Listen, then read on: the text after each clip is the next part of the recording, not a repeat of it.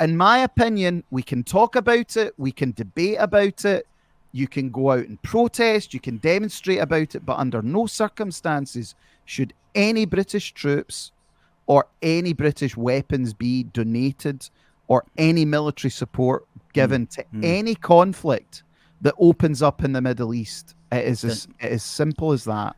That's right. I think people, understandably, in our country, they're, as we all are, distressed at the levels of mass immigration into the country, which have been brought entirely upon ourselves by our politicians. Correct. And we're all horrified at the growth of what we generally regard as foreign cultures in our country, and we see the long-term dangers of that.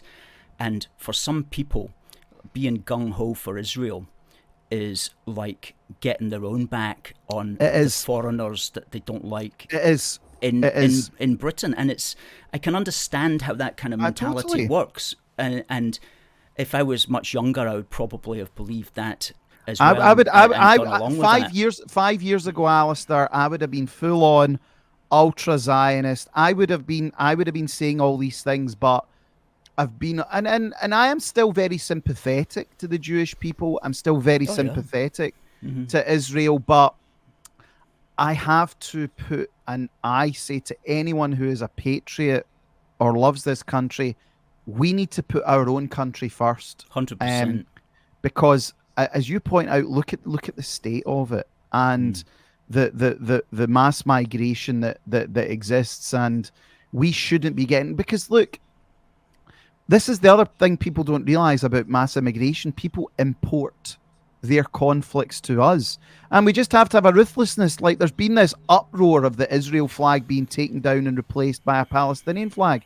As far as I can tell, all I saw was 2 foreign flags flying over one of our town halls. There should be one flag that flies if there is a single flagpole, and that is the Union flag. If there is additional flagpoles, it should be the flag of the country within the United Kingdom. Yes, I've noticed our politicians, they love to virtue signal and make a big deal about supporting foreign countries before they'll support their own country.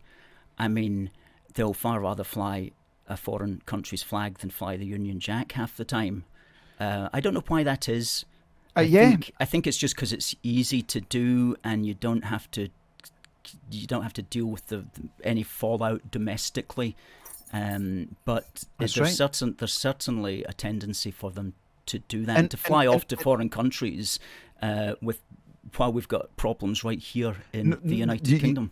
It's so correct. It's so easier. Well, Ukraine's fight is our fight. Israel's, no, it's not. Our fight is for the heart and soul of this country and to return it to what it was. And by goodness, that's hard. That's a hard fight in itself. Well, that takes all, for those of us who care about those things, it takes our every waking moment to do. And that's why they don't want to do it, Alistair, because fundamentally they do not have the best interests of this country at heart. Or it's just a job to them.